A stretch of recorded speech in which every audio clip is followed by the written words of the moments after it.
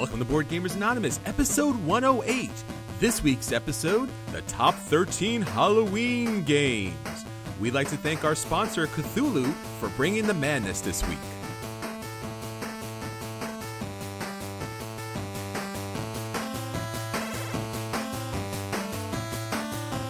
You're listening to a proud member of the Dice Tower Network, dedicated to bringing podcasters together for the greater good of gaming. It's sort of like Voltron, but with better lip syncing. Find out more at dicetowernetwork.com.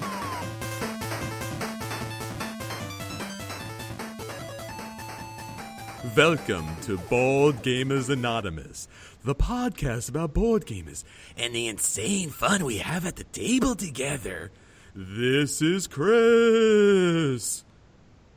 This is Anthony. And this is Daniel. Oh, come on, guys. We practiced this. Come on. I don't know what you're talking about. At least Drew's in the spirit. Hold on. Let me get the Ouija board. All right. Okay. Drew, come on. Sign in, Drew. Yeah. Okay. So there's a D, and there's an R, and E, and Drew. And Drew is here this week with us from Beyond. We are channeling the spirit of colleagues past and, well, hopefully future again. We'll see. We haven't heard from Drew for a while. He hasn't been around. The spirit of our still alive co-host, Drew. Yeah. Or is he? Yeah. We should put a caveat here. The joke is that he hasn't been around for a while. Nothing happened to Drew. He's okay. It'll be the whole episode. Chris is, or is it? Bum, bum, bum. All right, so now that we have the whole crew together, whether it's in corporeal form or not, we're glad to bring you this special Halloween episode. We're going to bring you all the spookiness, all the horror games you could possibly imagine with our top 13 horror, ghost, aliens, spooky, every type of great board game that you want to get to the table during the season. Let's get on to the episode. Shouted from the tabletops. Sir, you're gonna need to get down from there. All right, so now on to our seance table, where we join hands and we delve deep into the mysterious madness that is board games. So that means news from BGA. Anthony? Ooh, so spooky. Whoa. We don't even have real news this week. It's just me updating you guys on the stuff I'm doing on the side. So that could be terrifying. I don't know. It depends. Like, if you have limited podcast listening time, and I have a new podcast, and now you're like, how do I fit in a new podcast? Terrified yet? A little. I mean, there's a little madness going on about which one to pick and how I should arrange that. So it's Cthulhu-esque, but that's as far as I'm willing to go at this point. Mm-hmm. No physical danger, but sanity. Yeah. What I'm talking about here, in case you missed the last episode, is Table for One. It's my weekly solo podcast. I have settled in. It is weekly. And the reason for that is it's about 20 to 30 minutes. It's just me most of the time. Although last week I did have a guest on, Jason, who's a longtime listener of Board Gamers Anonymous, and we talked about the Oniverse. So it is a very specific podcast for people who like solo games. I don't really talk about anything else, except sometimes this is how this solo game plays with other people if it has a multiplayer variant. So if you like solo games, think you might, or maybe about to have a child and think that it's in your future, this is a great podcast to listen to. I think so, anyways, because I'm on it. So let me get this straight. So you do a solo podcast, and then all of a sudden, there was a Skype call coming from inside the house. Yeah, yeah. Right. Oh, cool. There was a disembodied voice in the last episode. There you go. Nice. Huh. And you call him what again? Jason. Ooh, all right. He's going to call me after this and be like, what the hell, man? But no, it's a really good episode. And the Oniverse is kind of the foundation of solo games, at least for me and for Jason. That's why he came on. So definitely check that out. The next episode, which comes out the same week as this, if you're listening to this, I will be talking about the solo version of a game we'll be talking about later today. So worth checking it out if you're interested in both sides of the coin. Definitely check that out. And the Oniverse is really kind of spooky, mysterious, dark nightmares and dreams, right? That is true. That is true. The Onirim is all about escaping dream world through these magical doors, and you have to fight off these nightmares along the way. It's pretty spooky. It's a spooky game. See, huh? Yeah, in a French sort of way. Crossover. Come on. It is spooky in my little way. Uh-huh. Yeah, that was good. That was good. Thank Chris you. made it work, everybody. Thank you. I'll be here all week. Don't forget to tip your waitress on the way out. So, but yeah, check that out if you like solo games or interested in them. And then if you haven't yet, sign up for the Board Gamers Anonymous newsletter. Go to the boardgamersanonymous.com. There is a sign up box on the right side of the page, or at the very bottom, a little box will pop up if you read the page for long enough. And sign up for that. Just need your email address, and you are automatically entered into a monthly contest for a chance to win $10. And every week I'll send you an update with our most recent reviews, podcast episodes, etc. So it's pretty cool. Get early access to all that content and a chance to win $10. So why not, right? Well, I mean, do you have to sign up in blood? I mean, you could put some blood on your keyboard, but I don't know if it would get to me. Okay. That doesn't sound very sanitary. Well, it depends on if you share your keyboard. I don't know. Well, as long as you don't have to sell your soul to get the newsletter, I think it's okay. Yeah, no, it's just your email address. I mean, for some people, that might be akin to a soul. You can use a burner. It's okay. You just have to check it, because if you win, that's how I contact you. So don't actually give me a complete burner email address. I won't know who you are. And just to remind everyone again, our YouTube channel is constantly putting out new content. Anthony's got reviews up there. Table for One's up there. Board Gamers Anonymous is up there. So if you're looking for another place to connect and get some more board gaming goodness, make sure you check out our YouTube channel, subscribe, and you're going to have a ton of content there. Hey, before we get on to the games, we wanted to take a second to let you know about all the different ways you can connect with Board Gamers Anonymous. Now, usually we talk about this at the end of the episode, but you're pretty busy and you don't really have time to listen to the end of the episode. So to start off with, we, of course, have our famous Facebook page. Anthony's always posting and updating that site. So if you want to get constant contact with us, find out what we're thinking about, answer questions with other fans from Board Gamers Anonymous, check that out. And also, there's our Twitter account. You may remember that Daniel volunteered Anthony to keep that updated. So you want to get on there and tweet Daniel so that Anthony knows what you're thinking. It's really, honestly, the best way to connect to Board Gamers Anonymous. As I said earlier, don't forget our YouTube channel. It's just another great way to connect with our content. And also, if you haven't gotten a chance yet, we really do appreciate all your reviews on iTunes and Stitcher. You know, the more content that we're able to put out there and the more reviews that we're able to get, the more we move up in iTunes ratings. So it is possible that someone out there who's maybe just starting to get into board games may not realize that there's board gaming podcasts out there. So by us moving up in the ratings, our board gaming podcast pops up there. People may give it a listen to and realize all the great board games are out there. And then who knows? They may join you at a meetup or at the table later on. So please rate, subscribe to us so that we can get more great board gaming content out there. And also, don't forget our Patreon account. It is the trick or treat season, so we're giving you some great content. Why don't you hit us up over there? You know, even $1 makes a big difference. And it allows us to get more great content out there to you, and it gives us an opportunity to connect with you and find out what you'd like to hear on upcoming podcasts and upcoming YouTube channel. So that's everything for our social media contact. Please connect with us so that we know that you're out there and not some just disembodied listener, and we can connect with you for the future so we can build a better podcast together. And now, our acquisition disorders. Acquisition disorders? That's crazy. Only needs the base game. Nothing else but the base game. The base game and the expansion. See? Nothing else. Just the base game and the expansion and the promos. The base game, the expansion, and the promos, and of course, the upgraded components. Why wouldn't you have the upgraded components? So now we want to talk about our acquisition disorders. You know these. These are the ones that makes you go crazy. So Anthony, with that said, why don't you start us off this week? Okay, so talking of madness, I am actually going to start with something thematic. I don't think I have anything else thematic on my list, so this one has to go first. Okay. This is If you'd asked me 6 months ago if I had any interest in a Cthulhu game, I would say no, not at all. Everything I've played is horrible. They're too long. Blah. Yeah. 6 months later, one of the games we talked about later, and I've already spoken about on this podcast, Cthulhu, very Cthulhu heavy. And now one of my most anticipated games for the end of the year is the Arkham Horror LCG from Fantasy Flight Games.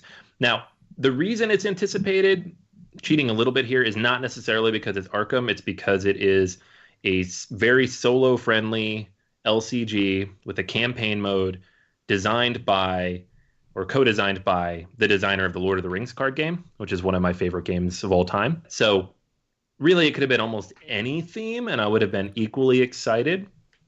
But this is the Halloween episode, so let's just pretend spooky, haha. It's basically taking all of the Arkham mythos and turning it into that LCG format. And what makes it unique is it's very similar in ways to Lord of the Rings card game. You're going to be building a deck. You're going to have your investigator, and it's going to be built around that. But what makes it different is that not only is it really designed so you can play it alone, but the deck you build will be able to stick with you throughout the game. You're going to be able to add things to it and change it at different ways, but you really are building a character and building them over the course of a campaign, which will happen over the course of their usual deluxe expansions and their monthly releases. But it all starts with this core set, which should be out, I don't know when, sometime in the next few weeks. It is very exciting to me just to have a pure, naturally solo LCG. The Arkham mythos is actually fairly interesting now that I've gotten into it a little bit with the Mansions of Madness. But it's still not something that I'm very familiar with, at least from the Fantasy Flight universe that they've created. So I'm interested in getting into it and seeing what it has. This is definitely one I'll be playing over the holidays a little bit, especially because I think the first deluxe expansion is coming out like a month after the base set. So there'll be a lot more cards to buy almost immediately. All right, so that is my first acquisition disorder for this month, is the Arkham Horror LCG. And I know Chris is judging me over there for the Cthulhu walk back, but I'll take it. It's fine. The second game is something I know we can all agree on. That's the expansion for Seven Wonders Duel, Pantheon. So this released at Essen, I believe. At least I saw plenty of pictures of it being played. And it is the first expansion for the Seven Wonders Duel, the two-player game that, by all accounts, is currently more popular, even in outselling and getting outplayed over Seven Wonders, which doesn't surprise me too. I mean, it does surprise me, but not too much, just because there's such a market for two-player games that play like this. Just quick and accessible, but very strategic and portable, and all those things kind of mashed together. So to see an expansion out for it just a year later, it's fantastic. And they're actually doing something that was never done even in the original Seven Wonders, and that's throwing in the pantheon from several different civilizations. So you have the Greek, the Egyptian, the Middle Eastern, different types of gods that are going to be added here with the mythology tokens, and then the actual ability to activate these gods and goddesses instead of taking cards from the pyramid during ages 2 and 3. So it's a very interesting way to kind of add new powers and new abilities and even a new board piece to the game without necessarily just throwing a bunch of new cards in or adding a different drafting mechanic. It really does add something different and unique, and I'm excited to play it. Honestly, I didn't feel like Seven Wonders Duel needed anything else. I think it was pretty complete out of the box, but I'm going to take it because it's more awesome candy goodness. So there you go. Seven Wonders Duel Pantheon. So this is another one I'll just pick up as soon as it pops up in the store. So would you say that this is, akin to Seven Wonders Leaders? Kind of, except in Leaders, I guess you're starting with those leaders, and I mean you're drafting them, but you're starting with them. Whereas in this, it's more they're out there for people to activate. It's a little different just because, but that's, again, kind of the same idea as the basic game itself, because everything is out there for anybody to grab. Sure. Because it's a two-player game. So, yeah, I guess it kind of fits into that vein of things. Mm-hmm. But it's a little more interactive, I'd say, than Leaders, where you just kind of have that one extra power. And honestly, I might use one of those Leaders cards in the whole game, although it does kind of guide you in what direction you're going. So I don't know. Having not played it, I don't know how it's going to play because it's a little hard. Like reading about it, it's kind of hard to know how this is going to stack up versus the base game. Mm-hmm. But, replacing the guild cards, for example, in Age 3 with the Grand Temples which is a completely different take on the game, like taking the guild cards out of the game. It's an interesting take on Seven Wonders in general. So I'll be interested to see how that plays. All right, Daniel, what about you? What spooky games do you really want? I want the spookiest games of all. Actually, they're not thematic in the slightest. I'm bad at holidays, and I'm especially bad at like Halloween. I don't know why. I used to really be in it when I was a kid. It just, I don't know, it doesn't click anymore. Did you get a rock? Did you get Charlie Brown? No, I did not get Charlie Brown. I had good Halloweens as a kid. I just, it just sort of faded away. I think because I was like on the later end of the kids in my neighborhood, so as I was getting older, Halloween just got emptier and emptier until there was just nobody. C'est la vie. So sounds spooky. But and losing the magic of childhood. That is the spookiest thing of all. So more like an existential horror that you're bringing to the podcast this week. There we go. Yep. Indeed. Anyways, the acquisitions I hope to make to smother the existential dread for just a little bit longer and hold it off at bay with purchases, and this is getting really grim. we're going to drop that line. Anyway, I've got 2 games on my acquisition disorders for this week. The first is Tiny Epic Quest, which by the time this podcast is published and by the time you're listening to it, should have been on Kickstarter for a couple of days. It's Kickstarter's opening on the 28th of October. And I'm just a sucker for Tiny Epic everything. So even knowing as very little about Tiny Epic Quest as I do, I'm already kind of in. Just because I know that they really haven't made a game I've been disappointed in so far, except I haven't actually played Tiny Epic Defenders, and I know that's the one that usually gets thrown under the bus if one of them has to. But Tiny Epic Western and Galaxies and Kingdoms have all been fantastic. So I am ready to jump in and take a serious look at Tiny Epic Quest when it finally launches on Kickstarter. I've actually seen very little about it, except for, they've got a picture of the box up and that sort of thing. But we should be hearing a lot more about it soon, and of course they'll have some more details once they launch the Kickstarter. The other game that's on my acquisition disorders, and this is going to be related to my At the Table, so here's a little bit of foreshadowing, is the Ascension's Collector's Editions, both Year 1 and Year 2. Now, this is kind of a distant dream because the Collector's Editions are somewhat expensive, and I don't have that much money to just throw around at the moment. But I've over the last week played the Ascension Apprentice Edition, and I'll leave my comments about that for the next segment. But to give you a clue of how I felt about it, I now feel very strongly that I want to own everything Ascension related. For those of you not familiar, Ascension it's a deck builder made by some Magic World Champions, I think, some World Champions from the Magic the Gathering tournaments.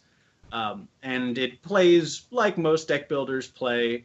It's very smooth and very polished, which is important with a deck builder, that everything just sort of cascades into the next piece and that there's obvious chains of abilities you can do. It has the same sort of standard approach, I think, of, you try to narrow down your deck by removing the bad cards but at the same time adding good cards, so you get this sort of concentrated power. And I've enjoyed what I've played of it. And so now I'm ready to jump in and just get my hands on everything. So those are my 2 acquisition disorders for this month. Tiny Epic Quest, which I know very little about because it is yet to release, and Ascension Collector's Edition, which I know stuff about, but I'm not going to talk about right now because talking about it at the table. So, suspense is spooky, right? Like, that's spooky. So right? are you ready to be consumed by the game that is Ascension and in all its multitude of expansions? I am hoping, like, as I understand it, the collector's edition is all of the good stuff, right? The best stuff. So I'm hoping to pick those 2 up, but they are pretty expensive, so we'll have to see. I might have to go piecemeal because I don't think I can throw down that much money on a single game right now. But it is definitely on my radar. How about you, Chris? What's on your acquisition disorders for this week? I'm not looking at the table. I'm actually looking at the tablet this week. And what I'm looking at is 2 games that I really do enjoy. And I'm actually pretty surprised that they're actually getting an app release. So First up is Tim Fowler's Paperback. Now, I never got a chance to pick this game up because it was in limited release originally, and then just between missing it when it would go on sale and just kind of disappear, it was always a little rough to pick this game up. If you haven't played Paperback, it's actually my favorite word-building game, and I know it's one of Anthony's favorite games. I'm not a strong speller, so talk about horrifying childhood trauma. That would be spelling for me. But with Paperback, actually sitting down and playing a card building game is actually a lot of fun because it incorporates deck building into the game. You are, using your strategy to kind of get the right letters, and it really allows a lot of engagement for people that don't know all those kind of like 2 and 3 letter words that, makes you a Scrabble champion and makes other people never want to play Scrabble again. So Paperback is a lot of fun. It was already released for iOS, and it's now just recently released for Android. I would recommend getting this for a tablet and not for a phone just because the game itself really needs that big real estate to play well. Now, another game that I really do enjoy at the table and looking forward to getting to the tablet because it plays great solo. So I'm actually going to steal away Anthony's kind of area here for a second, and that would be Flashpoint Fire Rescue. It's coming to digital. It's going to get an app release. Now, if you haven't played Flashpoint, you're really missing out. Honestly, I feel like it's one of the best co-op games out there. It's got a great theme that's typically not, touched upon, which is being a firefighter, saving people from these huge fire catastrophes. And there's all these different variations and expansions that are already out there. And you get to play a really great character. You're knocking down walls. You're putting out fires. You're doing hazmat stuff.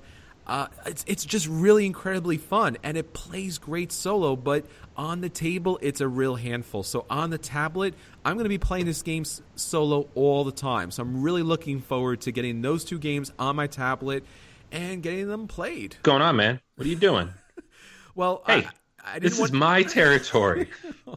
Well, I feel bad, but I'm releasing a new solo podcast. Yeah! No! Now someone will get one that's edited.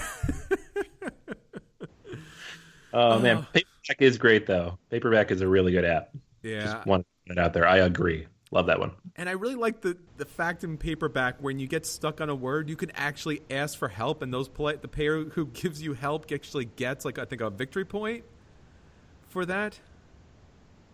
I didn't know that. Yeah, there's a rule in there that actually, if you're kind of stuck, you can ask everybody for help, and the person's word that you take gets a victory point. So it helps us poor spellers kind of get through the game. That is good to know. Yeah, and then we crush you on the deck building because it's our only chance.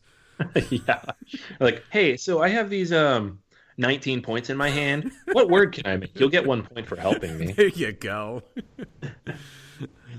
All right, so that's everything for our Insane Madness Acquisition Disorder.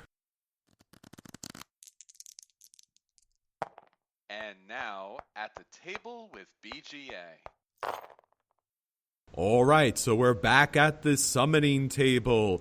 We are going to hold hands and call forth the games that we got to the table this week. Cardboard. Many, many meeples and little tiny cubes. We call you to the table. Anthony, summon up your first game. All right. So I have the very, very, very spooky, heavy Euro from Uwe Rosenberg, I'm sorry. A Feast for Odin. All about farming and trading in Norse village. It's not scary at all, guys. It's not. It's about farming. Yes, but Uwe must clearly be an ancient elder god. He might be. To build this, it does cause some insanity. Okay, there we go. Keep it going, guys. I'll be back. Okay, so A Feast for Odin. This is the big new release from Uwe Rosenberg, the one he's been working on for the last 3 years. And there's really no best way to describe it, but it's a Rosenberg game. There is a lot of worker placement. I believe there are 70 some odd placements on this board, but don't let that scare you off. Most of them are relatively the same, and it's the way it's broken down actually makes the board fairly easy to read. The main mechanic in this game actually is not the worker placement. That's how you're going to get all your resources, but it's how you manage those resources, because the resources themselves come in 2 trays of 4x4 each. So you have 32 different slots, 30 different types of resources. It's a lot. And it sounds incredibly fiddly, but they made one very smart decision. They gave you these plastic trays to put everything in that instantly makes it much easier to keep track of everything. If you had piles of all 30 of these tokens on the board, on the table, it would be impossible to keep track of. I would probably give this one a dodge just immediately for that, because it'd be a mess. But you throw them in these plastic trays. You don't have to go find them. They just come with the game. It's great. So what you're doing every round, and there's going to be 6 or 7 rounds depending on how many players there are, is you're getting different vegetables, different produce that you'll be harvesting and or getting from different actions you take, different types of meats and hides and animals. And then you are using some of that to feed your Vikings. Yes, there is feeding your people, of course, but there's a lot of food, so it's pretty easy to feed your people. And then you are trading those things in to get different types of goods. And those goods can be clothing, they can be skin and bones, they can be furs, they could be wool, cloth, all sorts of things. And then you can trade those goods, these are the green tiles, in for luxury things like necklaces and silverware and chains and different types of armor. And all these things are just different size tiles. And these tiles will be placed on your player board, which is this giant grid. I did not count the spaces. It's probably over 100, at 120, 130. And as you cover this grid, you will unlock higher income and free resources you can get later in the game. But here's the kicker. Half of your board is covered by -1 points. So there's 50 or 60 of these little -1s. And so by the end of the game, you need to cover as many of those as you can, or you're going to lose points, regardless of how many points you gain. So when you start the game, the second you start, you're already at -60 some odd points. You have to cover all that up. Now, it's not that hard to actually do that. What really makes the game interesting is that there's all these other ways to score points, but if you go too far down any one direction, like you can get ships that are each worth 3, 5, or 8 points. You can then emigrate those ships, which is an action you can take, which makes them worth 18 or 21 points. They're worth a lot of points. But if you do that too many times, you're using up valuable resources and tiles that you could be placing on your board. You can get a lot of animals, but those same animals could be used to feed your people or upgrade into better resources. You can go hunting or pillaging. You can go purchase these wonderful goods on this separate board, which are these funny shaped pieces and various different. All the basic pieces are square or rectangular. These ones are kind of goofy shaped. There's a crown and a goblet and an axe. They're just funny shaped. And those kind of help you fill up a lot more space on your board, but they're pretty expensive. So there's a lot of different things you can do. But at the end of the game, really all you're doing is trying to fill those boards. But you can then go and buy houses and sheds and go exploring and get more spaces with more negative points that you need to fill with more stuff. So it starts adding up where you kind of have to balance out how many spaces you think you can fill by the end of the game with how many points you want to try to go for. So it's kind of this yo-yoing balancing act. You get to decide how many negative points you're going to be saddled with, but you get to also make the decision on, how quickly you want to go in that direction. It's very, very interesting. And probably it plays very differently with each player count. With 2 people, you can pretty much do everything you want because most spaces have a duplicate on the board somewhere. You might have to use more workers to take it, but you start the game with 5 or 6 workers. You end the game with something like 12. So you'll have a lot of workers to use. 3 players is probably the tightest the game gets because there are no extra spaces out there. And in the 4-player game, you get 2 extra spaces on the bottom that allow you to imitate spaces that other people have taken. So I think 2 is probably the tightest way it plays, but so far it's played great with everything. There's a lot of variety here, as you can imagine. And I have not even mentioned the occupation cards. There are 3 decks of occupation cards. You start with A. They recommend you start with A. But there's also a B and a C deck. Every card in these decks is different, and every single card has some special ability or bonuses or victory points or special action that only you can take or special bonus that only you're going to get. Actually getting the cards is relatively difficult, and you have to spend at least 3 workers on one of those 3-worker column spaces. Playing the cards is kind of difficult. You have to spend 4 workers. There are individual spaces just to take and spend cards, but they're not really worth it. So, as you can tell, there's a lot in this box, but I feel like it works together extremely smoothly. And really the biggest problem with the game is not so much the learning curve, because it's a relatively simple game. If you can get someone to teach it to you, you're going to think, wow, that's pretty simple. But if you sit down with this game and you punch it, which takes like an hour and a half by itself, and then you're looking through the rules and you're trying to figure out all these different cards and spaces on the board, it's a little overwhelming. So if you just go online and look at the component pictures and people playing it, it's going to look like somehow Rosenberg took Caverna or Fields of Arle and upgraded it 3 steps. It really didn't. It's very much in line with those in terms of difficulty, and it's even less fiddly than Caverna. The box is bigger, but it is a little lighter, just because you don't have as many wooden pieces, and also those big plastic tins take up more space. So overall, A Feast for Odin so far for me is fantastic. I'm having a lot of fun. It's very puzzly. Every game's a little bit different. The way the occupation cards work kind of force you down a certain path, more similar to Agricola than Caverna. I'd say Caverna and Fields of Arle are more of a sandbox where you can do whatever you want and maybe fight over a couple things like questing. But this is more, you're going to kind of drift in one direction. Might be pillaging more or, farming more and have more animals or whatever it might be. And it'll work because it's all balanced in each of those directions. So A Feast for Odin. I'm going to play it a lot more. I'm probably going to do a written review in a couple weeks once I've played it more. And I'll be talking about it on Table for One with the solo version next week. So right now, this is a buy, but keep in mind I've only played it probably 4 times. So I want to dig into it a little deeper, see how the replayability is. But I'm very, very happy to own this at the moment. That sounds like a very complicated game, Anthony. It's not any more complicated than Caverna. It's spatial. It's different. It's spatial. So, are you confident that if I were sitting there, you could teach it to me before my infamously short attention span began to drift? Yes.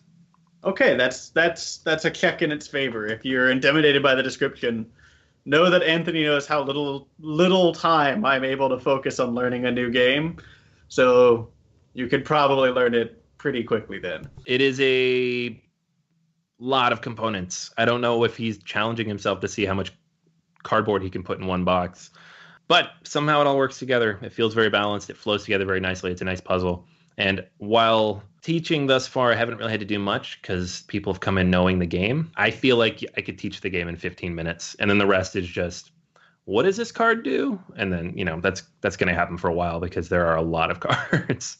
So it's pretty straightforward, surprisingly so. And that was surprising to me too. I was intimidated by it myself, and I've had a blast learning it and, knocked it out a couple times in one day after kind of picking it up. So that's A Feast for Odin. That is a game that I am not pleasantly surprised by. I expected it, but am now very happy to keep playing. It is a feast of a game. Aha!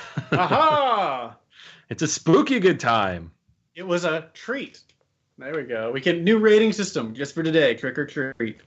Oh, it's definitely a treat then. Not a trick. See, I can do thematic things too, Chris. Anyways, next game on the list. So this is another game that I had actually had an eye on a little bit back at Gen Con. Didn't end up picking up or playing at the time, but a friend brought it to a game day recently. He backed it on Kickstarter, I think, or maybe he picked up the Kickstarter copy after the fact. And it's called Council of Blackthorn. This is designed by Jay Meyer, Great Northern Games. I think it just came in from Kickstarter over the summer. So the game itself is pretty straightforward. You look at the board, you look at all the cards and all the components. It looks like there should be a lot more going on there. There's really not. There are 4 tracks on the board, each corresponding to one faction. There is the Royals and the Merchants, the Legion, and the Peasants. And your job is to get as high on these tracks as you can. And you'll be doing that by playing certain cards from your hand that are color-coded to each of these different factions. There are dice that get rolled at the beginning of each round, and they'll have a 0, 1, 2, or 3 on them. They are 6-sided dice, but they're obviously misweighted because there's only 4 different faces to them. And if you get a 0, you will not move up on the track if you play that card. Let's say you're going for the royal track and you play a royal card. You will not move up on that. However, there's a special text on the bottom that gives you a special ability. You automatically get to do that whether you meet the criteria or not. If you get a 1, you'd move up 1 on the track, and then you could do that special ability if you meet the criteria. Usually the criteria is you must be at a certain point on one of the other tracks. So for example, for royals, maybe you need to be at 4 or 5 on the Legion track. So early in the game, it's really hard to be able to do that because you need to build up all your tracks. A 2 is the same, and then a 3, you get to move up 3 spaces, but you also have to take treachery cards. And these are these green vial cards that have 0, 1, or 2 points on them. At the end of the game, the person with the most treachery points from these cards automatically loses regardless of their score, which is kind of brutal.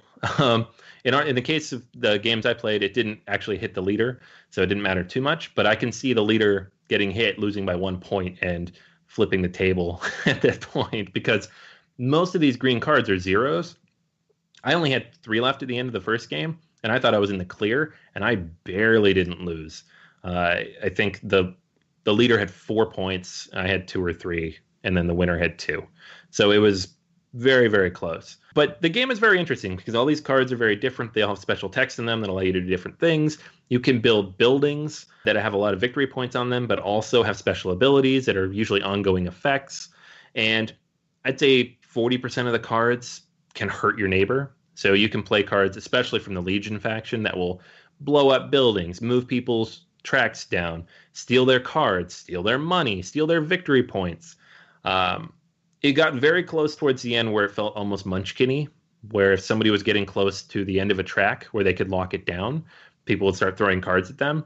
But it is kind of limited in what they can do, and it doesn't go both ways. Like, only the person who's actively playing can do it. So you're not going to get a bunch of people throwing them at once. Then there's a limited number of cards. So it doesn't go on forever.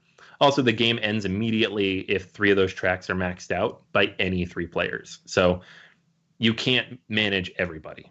And once everybody gets up close, it gets pretty close. So I had fun with it. It was a little stressful at first. Playing a second time, once you know how it plays and how brutal it can be, definitely made it a lot better as a game, I think. You kind of get a sense of how many treachery cards to get, when to play the mean cards, when to hold them. There are certain things you really need to be doing. There are certain actions that allow you to give those treachery cards away, but sometimes that action is just not that valuable. So you really have to balance that out. But overall, I was very impressed. It's a very enjoyable game. If you don't like heavy interaction and stabby in the back, you're not going to like this game probably. There was at least one person at the first table who got hit a couple times too many. By the end, they were having a good time, but in the middle, it was getting that death stare anytime you looked at them with one of those cards. And that's going to happen because it's a tough one to kind of get over that. If you get stabbed a lot because if you get out to an early lead, or if you just have stuff people want to steal, that can be a little tough. But overall, I give it a play. It's not something I would pick up because it doesn't really fit my collection. I don't usually bring these types of games out. I have a couple of Game of Thrones games that I still never hit the table. But if someone brought it out and I was in the right mood, i.e. not exhausted, I would definitely play this. So that's the Council of Blackthorn, which I was pleasantly surprised by. All right, so those are my 2 games. Daniel, what about you? What have you been playing lately? In the last couple of weeks, I haven't had a whole lot of time to play, but I have got 2 games to the table recently. The first is Ascension, the Apprentice Edition, and the second is Masks, a role-playing game, and, let's talk about each in turn. So Ascension, the Apprentice Edition, is what it says on the tin, or in this case, what it says on the cardboard box. It is a version of Ascension made simple for people to learn with, and it accomplishes that very ably. As I said a few minutes ago, back when we were talking about acquisition disorder, Ascension is a deck building game, and it works in the same way that most deck building games work, which is you're trying to concentrate various powerful cards in your deck while cutting out the stuff that isn't so powerful. So you have this sort of constant flow of powerful effects. The game is over when people score enough honor points, and then you take the honor points you score in-game through various card effects. So like some cards, when you play them, you get honor points. When you defeat villains, you get honor points. Those honor points that you won through the game, through playing, and you add them to the value of the cards, and whoever has the most in their deck at the end of the game wins. I like this system of scoring a lot, actually, because on the one hand, it leaves you kind of not clear about who's actually winning. While you do have some information in the form of the tokens visible to the table, there's a lot of question about how many points are in that deck right now. And at the same time, it pushes you against some of the sort of short-term tactical decisions that you might make in a deck builder in favor of longer-term strategic decisions. So there are some times where you'll look at a card and just go, well, this is worthless to me in terms of its play value, right? It doesn't work with any cards I have. It doesn't really do anything that useful, but it's worth a lot of honor at the end of the game. And so that will make you want to buy it and hold on to it, even though purging it might make your deck more efficient. Overall, it's a great way to learn Ascension if you've never played it before. Really only needed if you've never played a deck builder before. It was a great game for my wife and I to play together because it's got a lot of symbols, and so my wife is English as a second language, so games with a lot of text get kind of tiring after a while. It's also a quick play game. You can learn and complete your first game in an hour, maybe an hour and a half, if you're really pushing it and having weird things happen. But more than anything, it's a great advertisement for Ascension. So it's sort of in a weird place where I don't think I would actually tell many people to buy the Apprentice Edition of Ascension. I would really only say you should buy it if you are new to deck builders or very unsure about Ascension. Now, at the same time, it's, I think, a $10 game. So, it's not a big deal to test out the waters before you jump into the wealth of expansions and alternate versions that Ascension has. But the Apprentice Edition itself is probably not terribly important to buy. After you've played it a couple of times, you'll either decide to get Ascension, like I have, to get the full version of the game, in which case you'll just never want to look at the Apprentice Edition again, or you'll decide not to get Ascension, in which case you'll probably never want to look at the Apprentice Edition again. So it's in this really awkward place where it's very valuable as a tool to get somewhere else, right? To make a decision about whether or not you want this other game. But as a game itself, it's very small, it's very narrow. If you like what it does, you're going to want more of it than it offers. If you don't like what it does, then you're not going to want it anyway. So for Ascension, I would say you're probably going to want to go with a play here for the Apprentice Edition. I really enjoyed it, so I plan on buying one of the full editions eventually. It might be a while before I can do that, but but it's probably worth playing. If you really are just curious about Ascension and how it plays, it's worth a buy. And it's not terrible if you are the kind of person who brings new people to the table often, and you just want to play one-on-one with a new player and teach them how to go through a deck builder. It's a great teaching experience for any deck builders because it's very simple and very clean.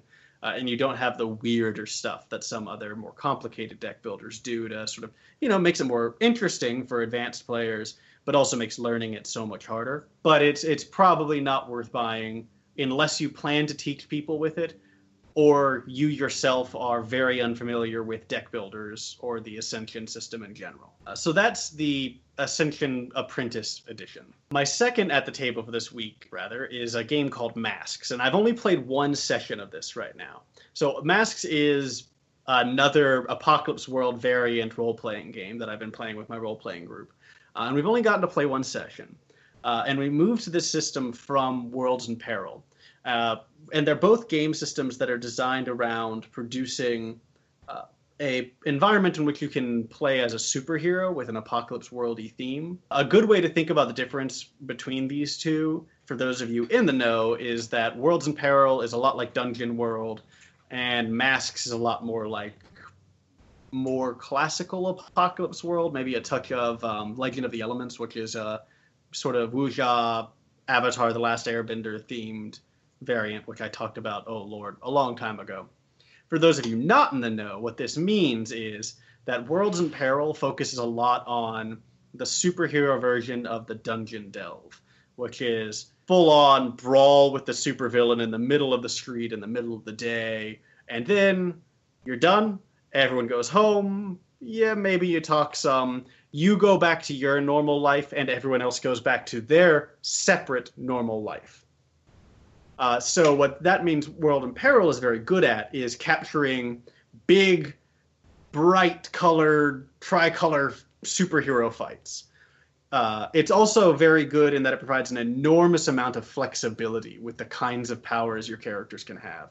You can make essentially any power profile you'd like, because it really is just generated by you saying, well, what's easy for you, what's difficult for you, what's very difficult for you, and what's impossible for you. And since you can put anything in those categories, you can very easily scale the game for different kinds of powers, different levels of powers. You can have some people be essentially Superman and others be the Punisher. You can go all over the place and make whatever you want. But it is weak at character-character interaction, I think. So there's not a lot of space for the narrative interaction of two characters hanging out after work or having a meaningful conversation or getting into a fight. It's really an all-work kind of game, right? It's all focused on the action of the superhero. Masks, in contrast, has a lot more room for the narrative stuff. It is also pretty darn good at this sort of brilliant superhero battle thing, though it is specifically designed for young superheroes who are yet to be completely in their own control, completely expert at what they do. So think if you've seen Young Justice, the TV show, or the comics, I think will also fit into that category. Teen Titans, the old Teen Titans TV show, that sort of feel of young, semi-experienced, super-powered people who are trying to become superheroes in their own right in a team together. Now, one thing about that team element that's very nice and the way they build it in this game is that you have a lot of defined relationships, and how other people in the team perceive you influences your actual stat array. So something that Masks does that I've never seen in any Apocalypse World variant is have your stats are not fixed numbers that represent what capacities you have. They're actually the way you see yourself. And this is partially as a way of highlighting the sort of adolescence of all the heroes, that the way they see themselves defines what they can do to some extent. And that is very easily pushed around by other players and the environment. So you can, not even subtly, you can directly influence how good other people are at certain types of attacks, or whether they see themselves as being dangerous or being a freak or being superior to everyone, or being the savior of the people, or being just a normal guy. And the way you perceive yourself in that way influences what sorts of things you're good at doing, right? So if you think you're very superior, you're better at sort of outsmarting people. If you think you're dangerous, you're better at hurting people. If you think you're a freak, you're better at unleashing enormous bursts of superheroic power, that sort of thing. And since these are bumped around so much by the world and other characters, this means that the narrative space of character-character interactions becomes incredibly important. What other characters thinks of you really significantly defines what your character can do. That said, you can resist influence, though it does require a roll, so you might fail and they might end up just overriding you. But it is nonetheless a very interesting and dynamic system. It's also the weirdest thing about this game, probably.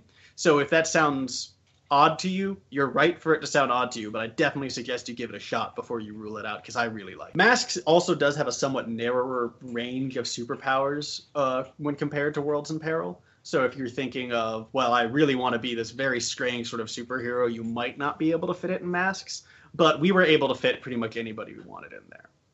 I think that Masks is a fantastic role-playing game, and it's one of the better Apocalypse World variants we've encountered so far. I think the best Apocalypse World variants capture the narrative elements of role-playing very well. And part of this is because Apocalypse World is sort of a rules-light system, right? It's meant to be narratively driven and dramatic, and Masks manages to do that. And importantly, it manages to keep that feeling of character-character tension within a cooperative framework, which is often difficult for Apocalypse World hacks. If you've played the original Apocalypse World, you'll note that they say in the book, it's probably best if you're not all on the same team. If you have the exact same goals, then it's kind of hard to have that tension built in. But the fact that everybody in Masks is a sort of unsure of themselves, unsteady, deeply and intricately concerned with what one another thinks, and has all these defined historic interactions and defined relationships, means that you're able to have those tensions while retaining a unified goal and a single coherent group, which I think is fantastic. So I highly recommend Masks. Certainly play it. Probably should buy it if you at all like role-playing games, particularly if you like role-playing games with a narrative bent and, superheroes. So that's my recommendations for Masks is a buy. My recommendations for Ascension Apprentice Edition, play, probably. I always liked Ascension. I thought it was a pretty solid game. The first edition had some kind of iffy artwork to it. It had a style, and I don't want to take it away from it, but definitely plays very easy. It's very interactive, and as you said, the new versions of it really kind of clean things up. I don't know. I'm a bit of a fan. I think Anthony was too on that, right? Yeah, I've always liked Ascension. It's not something I own or play very often because I don't know anybody who owns it, but every time I play it, especially at a convention, if someone's like, hey, come play this, I have a blast with it, and I do play the app pretty frequently. I think as far as introducing people to deck builders, it's either this or Dominion, and I would lean towards this if the theme is not something that would bug them.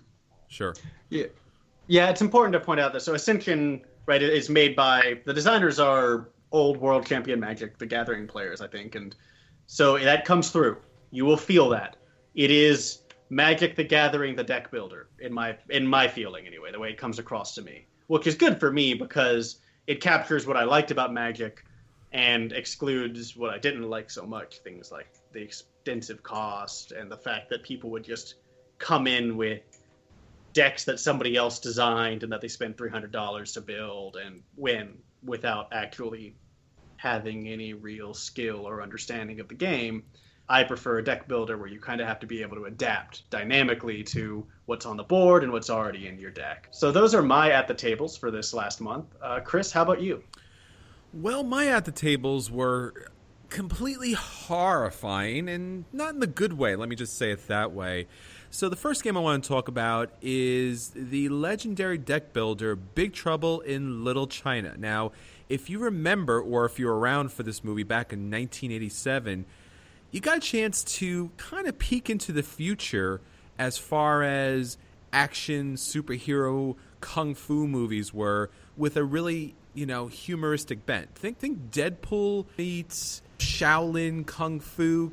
So basically the movie is a tremendous amount of fun. If you've not seen Big Trouble in Little China, you're missing out. Watch it. It holds up because it's making fun of itself. It's making fun of all these genres, and it's making fun of itself in a really, really good way. The movie basically opens with Jack Burton, and, he is this atypical action hero who's coming to save the day and save the girl, and he's got his Asian sidekick, think, Green Hornet, and, he's going to get in there, he's going to save the day, and it turns out that he's kind of the bumbling sidekick, and his, companion, who's supposed to be like this know-nothing kind of guy, is actually the hero through the whole story.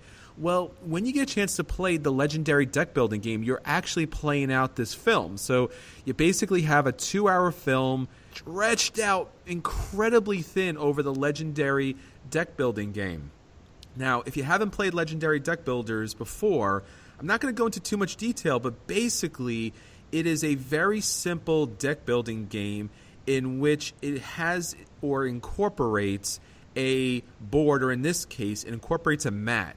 And you're going to have villains and bystanders come up across this board, and you are going to be able to purchase additional heroes or special abilities, depending on what legendary set you're playing with, into your hand to be able to play later to purchase more heroes and special abilities, or to attack the villains as they move across the board in these different locations. There's also this master villain, and there are a whole bunch of twists and turns and counter strikes and master twists and things like that kind of keep the game going. But basically, buy purchase people, take out bad guys, go and take out the big bad who typically has, any number of cards that are duplicates of them. So usually it's about 4. So when the last person knocks out the big bad in that game, that's the end of the game. You go through your cards, you count them up, whoever has the most points wins. Even though it's a co-op game, this is kind of a weird thing about this legendary system. Everyone wins if you win. Everyone loses if the big baddie wins. And yet at the same time, there's little point values on the cards that can show who is the true winner.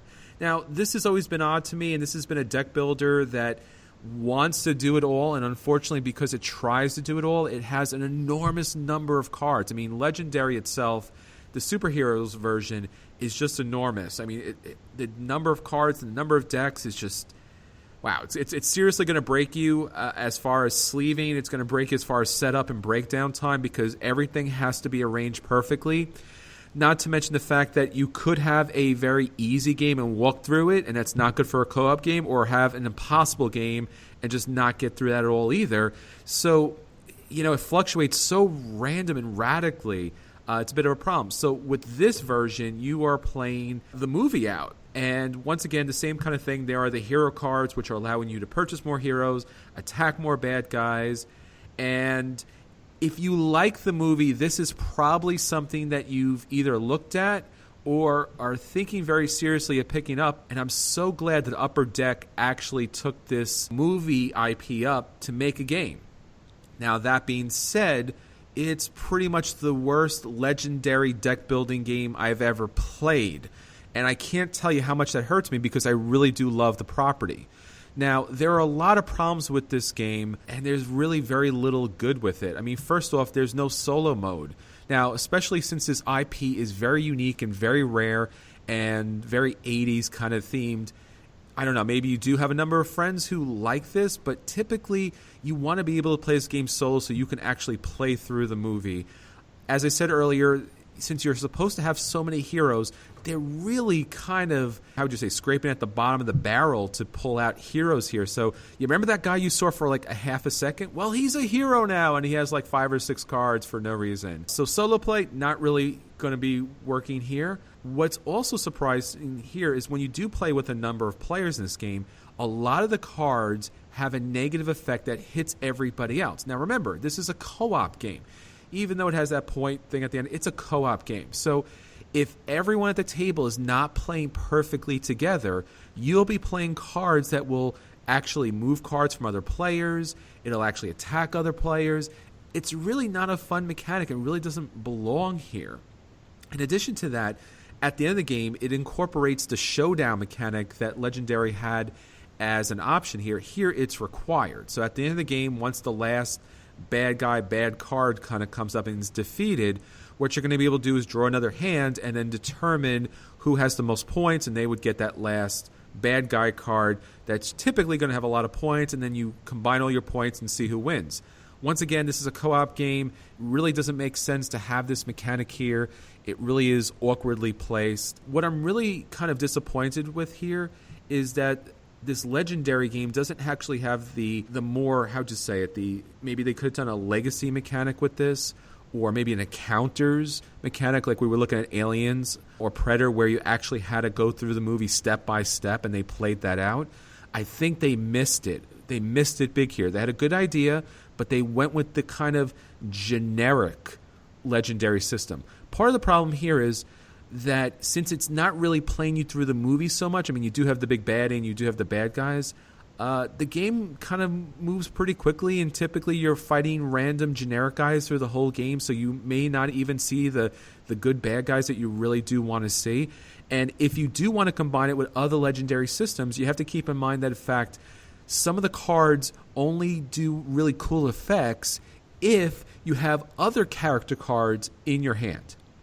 So let's say you did mix this with, Marvel Legendary, and you have Captain America and you have Jack Burton in your hand. Well, he benefits off having somebody else like Margot in his hand.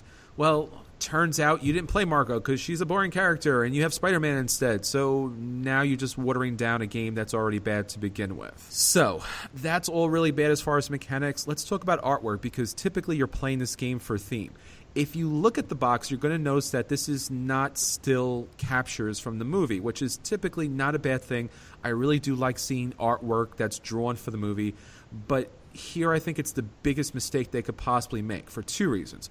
One, the movie had a look to it that was so unique and so 80s and parodied things so perfectly that I think that they really need the stills here. Second, this game clearly ran out of money. So when you look at the box cover, it's got some really nice artwork. It looks like the characters from the movie. And if that same artwork was actually on the cards, I wouldn't have a complaint here. But the artwork and the cards are so bad that you don't even recognize the characters. And I'm a big fan of this movie. So I'm looking through the cards. I'm like, who is this again? Oh, okay. This is Jack Burton. How is that possible? It looks nothing like the other card.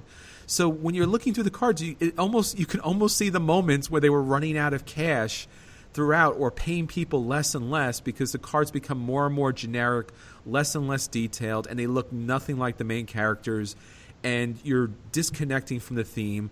And I got to be honest with you, you know what old Jack Burton says like a time like this? You got to burn this game. If it was a decent mechanic, if the artwork was up to it, I would say just a general dodge. But this game is so insulting to such a great movie IP, and it's simply the worst legendary version of this game that if you do see this game, just avoid it at all costs. The artwork is not there, the theme is not there, the mechanics are not there. You just shouldn't be there. Really tremendously disappointing from Upper Deck.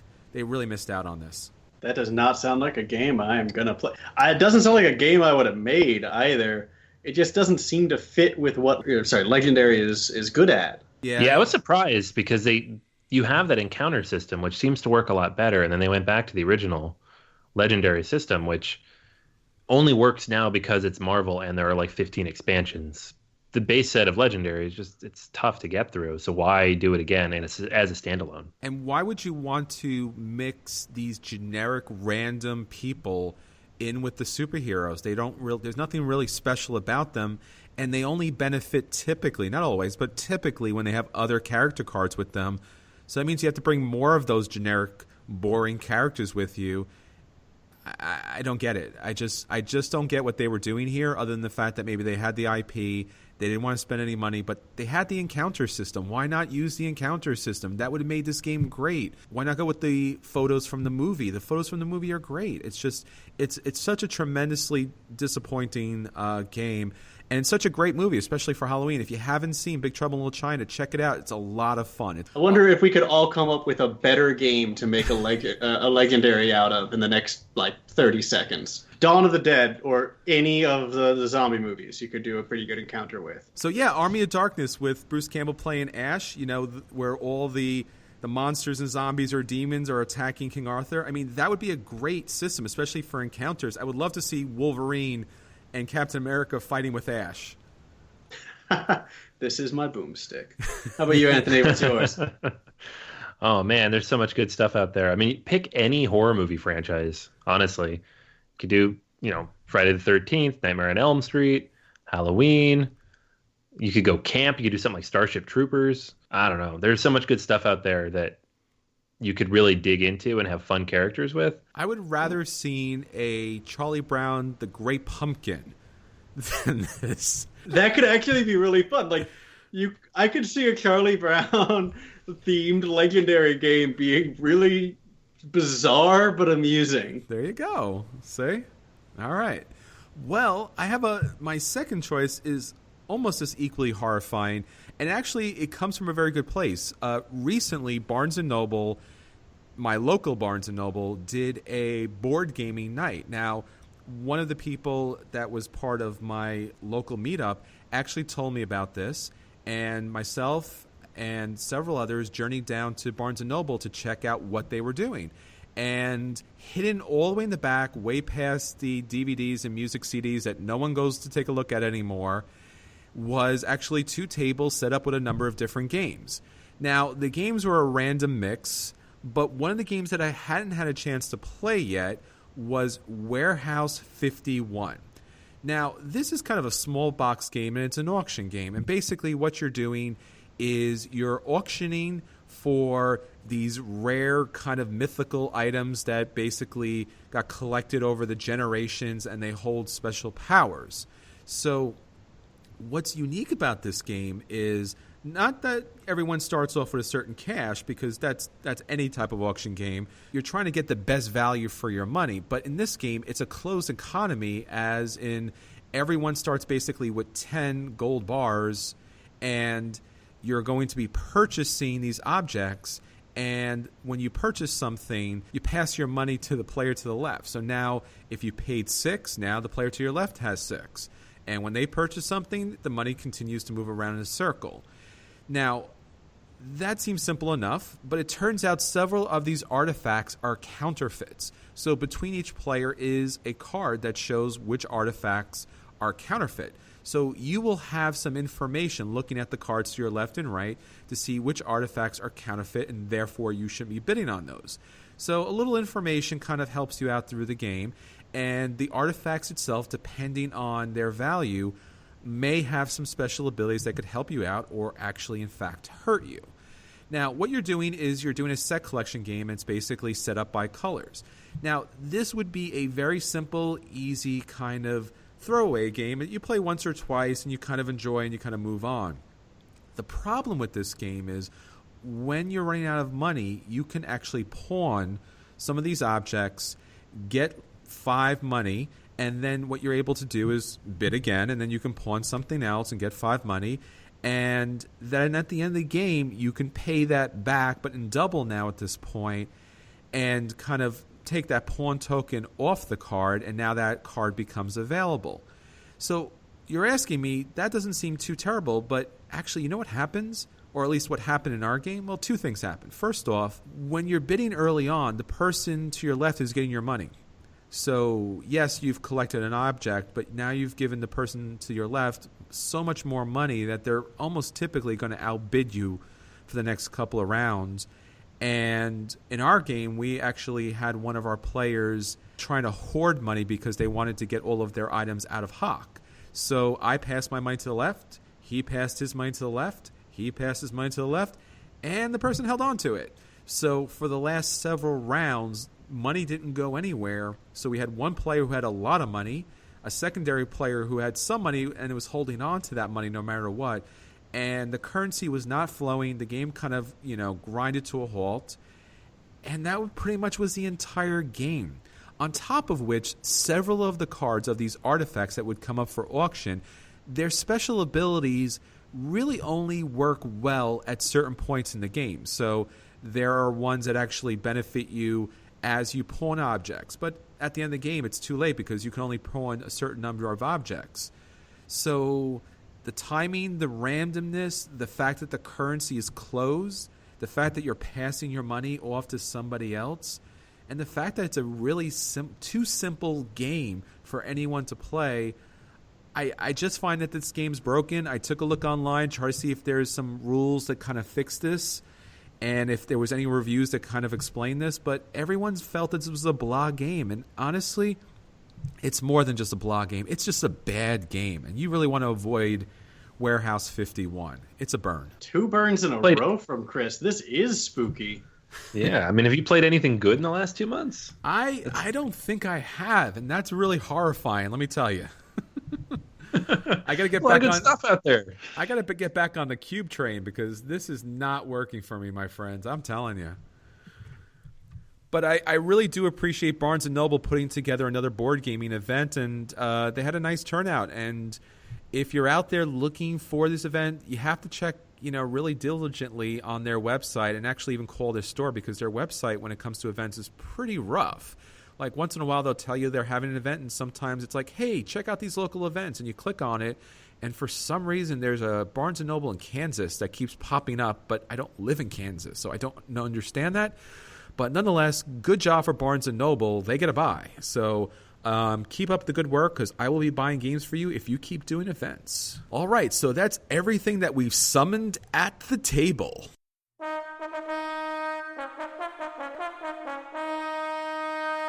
And now, BGA's feature review.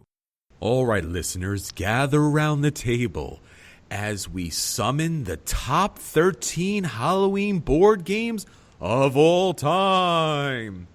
That's right, Drew. Even you cannot reach us through the Ouija board to stop us from doing a top 10. All right. It's Halloween time. All the spooks and the spirits are out there, and you want to play something with your family and friends that really kind of gets you in the spirit. All right, so we're going to talk about the top, the horrifying, the spookiest, just the games that have the themes that really kind of make us feel like Halloween. So, Anthony, why don't you start us off? Right, so I actually have a perfect segue from the first of Chris's burns this week. I have to get a burn wall up here because I think we have like 7 total and 3 in the last 2 episodes. It's getting bad up there, man. Well, it's the hellfire of bad games. Oh, man. So if Big Trouble in Little China is the worst Upper Deck can do with the Legendary system thus far, Legendary Encounters, an alien deck building game, is the best that they have done with this system thus far. And Encounters is a little bit different, and that's probably why this is so good.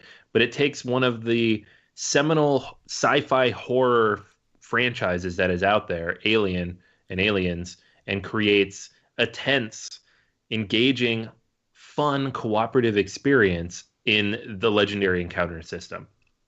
And since then, there is Legendary Predator, and we have Legendary Firefly, but Alien was first, and in my opinion, still best. And in terms of production, this is fantastic. You have 600 cards, all original artwork. The artwork looks great. You have the mat instead of the board. You've got all the inserts and everything. And yeah, you got to sort it all, but it's fantastic. It comes with all 4 movies in the box. You're going to work through them as you go through as the various protagonists, Ripley, Dallas, Bishop, Corporal Hicks. And because each of those movies feel so different, each of these different approaches to the game feel so different. And just how tight it becomes and not knowing which of those cards is going to flip over as you're working towards those objectives. It's just a lot of fun. You don't know when a facehugger is going to come out and attack you. And if it does everybody else in the table have the cards they need to get rid of that? Alien, the Legendary Encounters, an alien deck building game, very long name, but a very good game and a perfect cooperative experience this Halloween. So my first entry in our top 13 Halloween games is Elder Sign. Now, longtime listeners will know that I have a complicated history with Elder Sign. In the past, it's been one of my least favorite games because it can be a little bit weighty at times, a little bit complex, and I do think there are games that kind of sort of do it better. But it is a great Halloween-themed game. And the more I've reflected on it, the more I've come to realize that the reason I hated Elder Sign the last couple times I played it is I was playing it with an entire table of new players, which put me in that position of, like, I'm the guy counting everybody's everything. So I wasn't really able to play the game. I was just sort of the accountant for the table. But when you play with a group of people who actually know what they're doing, Elder Sign is a really pretty fun, kind of heavy, somewhat difficult cooperative game. And it has the sort of great classic Halloween theme of the Cthulhu mythos, the elder gods coming and the end of the world. You also get a nice mix of various heroes. So it has a, sort of sub benefit of, you get to put on your quote unquote costume, right? You get to pick your character and be the magically resistant nun or what have you. And that's kind of fun. So if you have a group of people who know how to play Elder Sign, or at least are into gaming and quick to pick up how games work when they encounter them, Elder Sign is definitely one worth breaking out for a Halloween romp in a Cthulian horror story. Well, when I think about Halloween themes and the horrifying, monstrous creations that would keep you up at night, honestly, there's one game and one game alone that really does kind of inspire those types of nightmares, and that would be Kingdom Death Monster. I mean, you could just take the idea of all the different expansions being completely horrifying as far as how much it's going to cost you and all the different pieces that go on. But if you take a look at this game, just the miniatures alone are horrifying, and that should be enough to kind of cast you in a certain level of madness.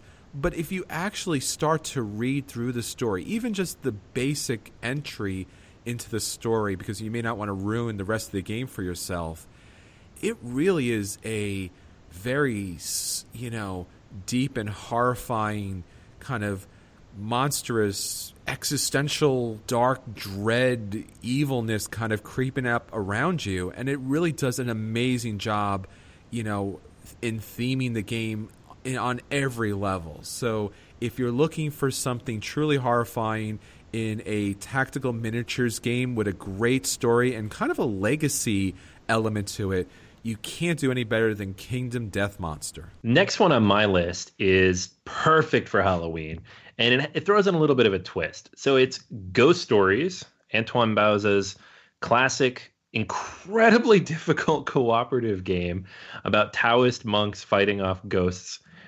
The idea of the game is that you'll have 1 to 4 players, each with their own monk, moving around these different village tiles, taking the actions on those tiles, but most importantly, fighting off the different types of ghosts and apparitions that come out using the Tau dice that have different colors on them: red, blue, green, yellow, black, and white.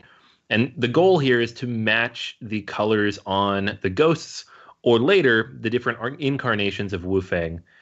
You're exercising these ghosts. You're trying to get rid of them. The boss who arrives at the end gets harder and harder as you kind of scale up the game, but you almost don't even need to scale up the game because it's so difficult just right out of the box. And this is one of those games, because there's so much dice involved, that you could just lose and lose and lose and lose and lose and then suddenly win. We somehow got lucky enough to win our first time playing it, which always throws me off a little bit when we're playing a cooperative game. But the combination of the fantastic miniatures, the beautiful artwork on the cards, the ambiance of the different tiles, it really feels like you're in that Chinese ghost story aesthetic. And it is a perfect, just spooky enough, not quite gross and drippy, hardcore Halloween-y type of game with that level of difficulty that also fits the holiday. And that's Ghost Stories. Yeah, Anthony kind of set the bar pretty high there with going right to perfect at number 4. But yeah, Ghost Stories is a great game, actually. Anyway, my suggestion for another sort of Halloween game is Dark Gothic Colonial Horror. Now, you have, again, probably heard me talk about this game before on the show if you've listened frequently, and will not be surprised, given my tendencies, that this is a deck builder game. It's another game that my wife and I played together and really enjoyed, and it's a very good game for capturing the sort of colonial era horror feel of, people with flintlock pistols and rapiers hunting down werewolves on the edge of colonial America. Again, it has a lot of different characters with different roles and powers, so again, you get that little element of wearing a costume, which I kind of like and think is thematic for Halloween. And you also have the goblins, the ghosts, and the whatnot that you need to take care of. It's a great game. It's a pretty darn simple deck builder. It's nice in that it adds one element of complication, which is that it's semi-cooperative, that both of you can lose at the same time, or all players can lose at the same time if enough bad stuff happens to the town, but there can only be one winner. And I do like that consideration of you can't just wait. You can't just keep building up. Put some pressure on you to use that deck you're building and to favor strategies that might be more immediate rather than long-term, which is a consideration you don't often have in deck builders, in my experience. So that's Dark Gothic Colonial Horror. There's also a lot of great expansions for it. I highly recommend you pick it up and give it a shot. One of my favorite hit and roll games is Shadowhunters. Now, I got a chance to play this at our local Myriad Games way back in the day. Now, this would not be a game that I personally would pick out because it's not queue pushing, but in fact, it's actually a lot of fun. You're going to get a secret role, and you could be a shadow hunter, or you could be, obviously, one of the shadows and one of these evil creatures. So you have vampires, you have werewolves, you have a whole bunch of different mythical monster kind of creatures. And yet, every different character has a special ability that you can activate in the game and kind of trump the other players. But if you do that, you give away who you are. And since it's a hit and roll game, the good guys don't know who the good guys are, and the bad guys don't know who the bad guys are.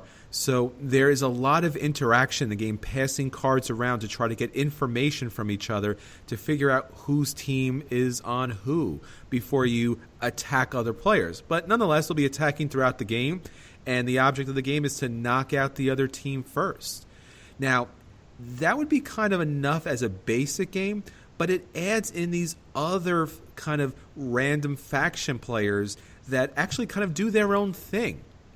So you have the good guys, you have the bad guys, and you have these random guys who come into the game that have their own kind of win condition. So one character might have a win condition that only activates if they die first, or someone else if everyone dies, or the person to the left of them dies, or under a special condition. This game is a lot of fun for a social interaction, hit and roll game, and it's definitely got a really nice creepy theme, and it's just a tremendous amount of fun. That's Shadowhunters. Okay, so the next perfect Halloween game on my list. Sorry, Daniel, I'm just kidding. That's Mansions of Madness 2nd Edition. This is the second Cthulhu-themed game that on our list, and the second one I've mentioned tonight. So it is clearly Halloween, and Drew is clearly haunting this podcast because we're going insane. Mansions of Madness 2nd Edition takes everything that made the first edition, in my view, unplayable and fixes all of it, and then makes the game fantastic. Somehow they did that. They redesigned a lot of the game, but really the big part is they put it in the app. The app is fantastic. It has music. It's very spooky. The ambiance is great. And then the game itself is the same core that it used to be with some major tweaks, but you are exploring, you are investigating, you are fighting monsters, you are going into spooky situations, not knowing what's going to happen, and you almost get that feel of it jumping out at you because of the way the app works and the way you interact with it. Even in the longer scenarios where it's a lot more investigation, it just drips ambiance, and you feel like you're in there as one of those investigators trying to track down the cultists. Like I said, not a Cthulhu guy, although apparently Fantasy Flight is doing their best to convert me. Mansions of Madness, if you're looking for a good, long Halloween day game, this is one to take a look at. My third recommendation here, it's a double perfect game. Yeah, I can do it too, Anthony. Now, all right, then time to let that one die. Anyway, my third recommendation, and our, I don't know, some number higher than 3. Betrayal at the House on the Hill is, at least in terms of newer games, the sort of classic Halloween game. It puts you in the place of, again, one of several character roles, so one or more costumes, exploring a haunted house with an unknown evil within it, alongside people who may be part of that evil. Or, in fact, you may be part of that evil, and you won't find out until the haunt begins. Betrayal at the House on the Hill is a fantastic game. It's worth playing any night of the year. And they just released an expansion for it recently, which adds more content if you do get to play it a lot, and you've actually run through all of the, 58 different story outcomes in the original game. It's fantastically fun. It's got one of the best traitor mechanics in board gaming, and I have never had a session go poorly, with the exception of one time when the haunt happened on the very first Omen revealed, and it ended up being one where people needed to find something hidden in the building, but there were only like 2 rooms revealed, and one of the guys was in the room with it, so he just grabbed it and won. Well, that was anticlimactic, but otherwise, it's a fantastic game. I suggest, by the way, that you house rule something like no haunts before the 4th Omen or so, if you want to avoid that sort of circumstance. Really make sure that you get a substantial play in. So Betrayal at the House on the Hill, an excellent Halloween game, an excellent game for any time of year. So jumping back into social deduction games, one of the classic games when it comes to Halloween and all the spookiness, in the board gaming world at least, is Werewolf. But recently, there is a much better version of Werewolf, and typically because it only happens one night, and that would be One Night Ultimate Werewolf. Now, there's a lot of goodness to this game, and it's not just because it's only one night and you get to play it multiple times. It's also because you get this amazing free app that comes along with the game. It's got all the spooky music. It reads out all the roles so that, you don't need a narrator for this game. Everyone can play.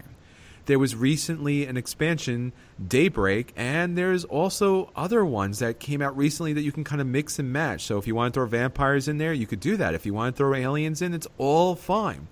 But if you're looking for Werewolf in its probably purest form, check out One Night Ultimate Werewolf. Another game, the first one I mentioned was the Alien deck building game, but another sci-fi horror game that I think is a perfect fit for Halloween, again, perfect, I'm overusing that word, is Xenoshift Dreadmire. So this is the second release in the Xenoshift universe, and it is not really an expansion in the sense that it adds things to the game. It's more of a standalone, although it can be combined with the original Onslaught. But it does make a few changes. It makes the game not easier necessarily, but gives you some variable difficulty if the first game was a little bit too hard. And it also adds in weather effects. So there's an extra little bit of difficulty, but also some bonuses you get depending on what weather comes out in any given round. But in general, the game is very much like the original. You are building your squad and setting them up to combat these vicious, deadly creatures on this new planet. This time it's Genesis 7. You're facing the Brood instead of the Hive. But they're just these nightmare creatures who are coming out to attack you and defend this Xenosatham that you're there to mine, because of course we are a corporation trying to mine some form of energy on another planet, that sci-fi trope. It is very tense. It's a lot of fun. If you play with 2 or 3 players, you're just as likely to win as you are to lose, if not a little bit more losing. You're going to face a lot of different types of enemies. Those bosses are just so brutal, and it really does have the feel of that classic sci-fi attempt to encroach upon an alien species and just getting beaten back because they're so vicious. It's a lot of fun, and it really fits that theme quite well. My final recommendation for your Halloween games is Dead of Winter, where Betrayal at the House on the Hill has one of the best creator mechanics in board gamings. Dead of Winter has the best creator mechanic in board gaming.